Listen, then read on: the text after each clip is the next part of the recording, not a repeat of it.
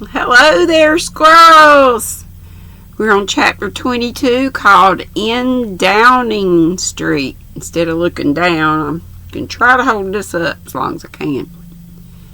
The Prime Minister tapped the desk in front of him with nervous fingers. His face was worn and harassed. He took up his conversation with Mr. Carter at the point it had broken off. "I don't understand," he said. "Do you really mean that things are not so desperate after all?" Excuse me. So this lad seems to think. Let's have a look at his letter again. Fancy crap is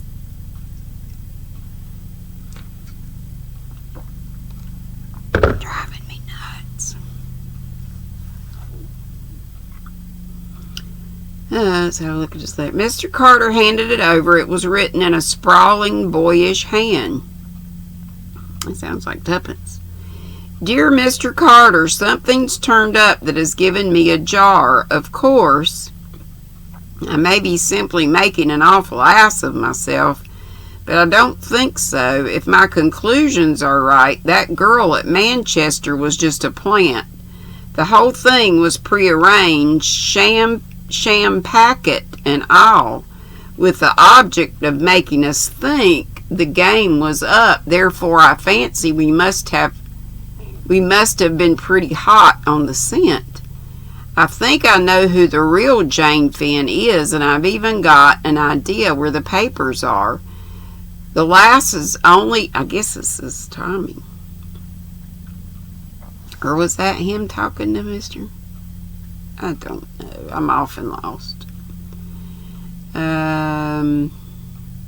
Even got an idea where the papers are. That last's only a guess, of course, but I've a sort of feeling it'll turn out right. Anyhow, I enclose it in a sealed envelope for what it's worth. I'm going to ask you not to open it until the very last moment, midnight on the 28th, in fact.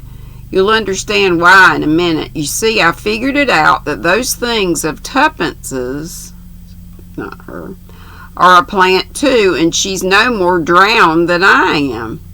It's got to be Tommy. "The way I reason is this. As a last chance, they'll let Jane Finn escape in the hope that she's been shamming this memory stunt, and that once she thinks she's free, she'll go right away to the cash. C-A-C-H-E. Of course, it's an awful risk for them to take because she knows all about them, but they're pretty desperate to get hold of that treaty. But if they know that the papers have been recovered by us, neither of those two girls' lives will be worth an hour's purchase. I must try and get a hold of tuppence before Jane escapes. I want a repeat of that telegram that was sent to tuppence at the Ritz. Sir James Peel Edgerton said you would be able to manage that for me. He's frightfully clever. One last thing. Please have that house in Soho watched day and night. Yours, etc., Thomas Beresford." The Prime Minister looked up. "The enclosure?" Mr. Carter smiled dryly. "In the vaults of the bank. I'm taking no chances." "You don't think," the Prime Minister hesitated a minute, "that it would be better to open it now? Surely we ought to secure the document, that is, provided the young man's guess turns out to be correct at once. We can keep the fact of having done so quite secret. Can we? I'm not so sure. There are spies all around us. Once it's known, I wouldn't give that." He snapped his fingers. "For the life of those two girls. No, the boy trusted me, and I shan't let him down." Well, we must leave it at that then. What's he like, this lad?" "Outwardly, he's an ordinary, clean-limbed, rather block-headed young Englishman. Slow in his mental processes. On the other hand, it's quite impossible to lead him astray through his imagination. He hasn't got any, so he's difficult to deceive.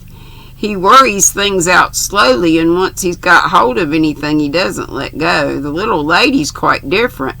More intuition and less common sense. They make a pretty good pair working together. Pace and stamina. He seems confident, mused the Prime Minister. Yes, and that's what gives me hope. He's the kind of diffident youth who would have to be very sure before he ventured an opinion at all. A half smile came to the other's lips. And it is this boy who will defeat the master criminal of our time? This boy, as you say, but I sometimes fancy I see a shadow behind. You mean Bill Edgerton? Bill Edgerton? Said the Prime Minister in astonishment. Yes, I see his hand in this. He struck the open letter. He's there, working in the dark, silently, unobtrusively. I always felt that if anyone was to run Mr. Brown to earth, Bill Edgerton would be the man. I tell you, he's on the case now, but doesn't want it known. By the way, I got rather an odd request from him the other day. Yes? He sent me a cutting from some American paper. It referred to a man's body found near the docks in New York about 3 weeks ago. He asked me to collect any information on the subject I could. Well, Carter shrugged his shoulders. I couldn't get much. Young fellow, about 35, poorly dressed, face very badly disfigured. He was never identified. And you fancy that the two matters are connected in some way? Somehow I do. I may be wrong, of course. There was a pause, and Mr. Carter continued. I asked him to come round here, not that we'll get anything out of him. He doesn't want to tell. His legal instincts are too strong, but there's no doubt he can throw light on one or two obscure points in young Beresford's letter. Ah, there he is. The two men rose to greet the newcomer. A half-whimsical thought flashed across the Premier's mind. My successor, perhaps. We've had a letter from young Beresford, said Mr. Carter, coming to the point at once. You've seen him, I suppose? You suppose wrong, said the lawyer. Oh, Mr. Carter was a little nonplussed. Sir James smiled and stroked his chin. He rang me up, he volunteered. Would you have any objection to telling us exactly what passed between you? Not at all. He thanked me for a certain letter which I had written to him. As a matter of fact, I had offered him a job. Then he reminded me of something I'd said to him at Manchester respecting that bogus telegram which lured Miss Cowley away. I asked him if anything untoward had occurred. He said it had. That in a drawer in Mr. Hersheimer's room he had discovered a photograph.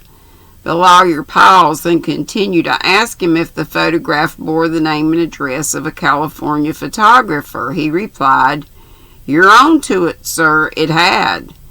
Then he went on to tell me something I didn't know. The origin of that photograph was the French girl Annette, who saved his life. What?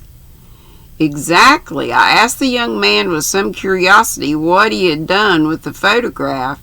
He replied he had put it back where he found it. The lawyer paused again. That was good, you know, distinctly good. He can use his brains, that young fellow. I congratulated him. The discovery was a providential one. Of course, from the movement that the girl in Manchester, From the moment the girl in Manchester was proved to be a plan, everything was altered. Young Beresford saw that for himself without my having to tell it him. But he felt he couldn't trust his judgment on the subject of Miss Cowley. Did I think she was alive? I told him, duly weighing the evidence, that there was a very decided chance in favor of it. That brought us back to the telegram. Yes. I advised him to apply to you for a copy of the original wire. It had occurred to me as probable that, after Mr. Cowley flung it on the floor, Certain words might have been erased and altered with the express intention of setting searchers on a false trail. Carter nodded. He took a sheet from the pocket and read aloud. Come at once. Astley Pryor's Gatehouse, Kent. Great developments. Tommy. Very simple, said Sir James, and very ingenious. Just a few words to alter, and the thing was done. And the one important clue they overlooked. What was that? The page boy's statement that Miss Cowley drove to Charing Cross.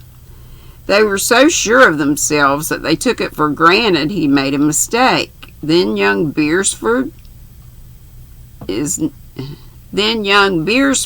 now at Gatehouse, Kent, unless I'm much mistaken. Mr. Carter looked at him curiously. I rather wonder you're not there too, Pill Edgerton. I'm busy on a case. I thought you were on your holiday. Oh, I've not been briefed. Perhaps it would be more correct to say I'm preparing a case.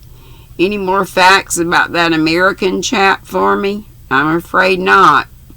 Is it important to find out who he was? Oh, I know who he was, said Sir James easily. I can't prove it yet, but I know. The other two asked no questions. They had an instinct that it would be mere waste of breath. But what I don't understand, said the Prime Minister suddenly, is how that photograph came to be in Mr. Hersheimer's drawer. Perhaps it never left, suggested the lawyer gently. But the bogus inspector? Inspector Brown? Ah, said Sir James thoughtfully. He rose to his feet. I mustn't keep you. Go on with the affairs of the nation. I must get back to my case. 2 days later, Julius Hersheimer returned from Manchester. A note from Tommy lay on his table. Dear Hersheimer, sorry I lost my temper. In case I don't see you again, goodbye. I've been offered a job in the Argentine and might as well take it. Yours, Tommy Beresford. A peculiar smile lingered for a moment on Julius's face. He threw the letter into the wastepaper basket. The darn fool, he murmured. And that's it. Boy, these chapters are short. And chapter 23 is called A Race Against Time. Getting excited. Okay, we'll see you guys in the YT streets. Love y'all. Be sweet, don't be ugly. I'll be on tomorrow and Sunday at 3, and I'm going to start the live giveaways, back little things. A hook and, the 50% off stuff I got at Hobby Lobby, and some Michaels stuff, like a skein of yarn and stuff. Little prizes, but cool to have a little happy. Love y'all bunches. I think I said be sweet, don't be ugly. Love y'all. Bye.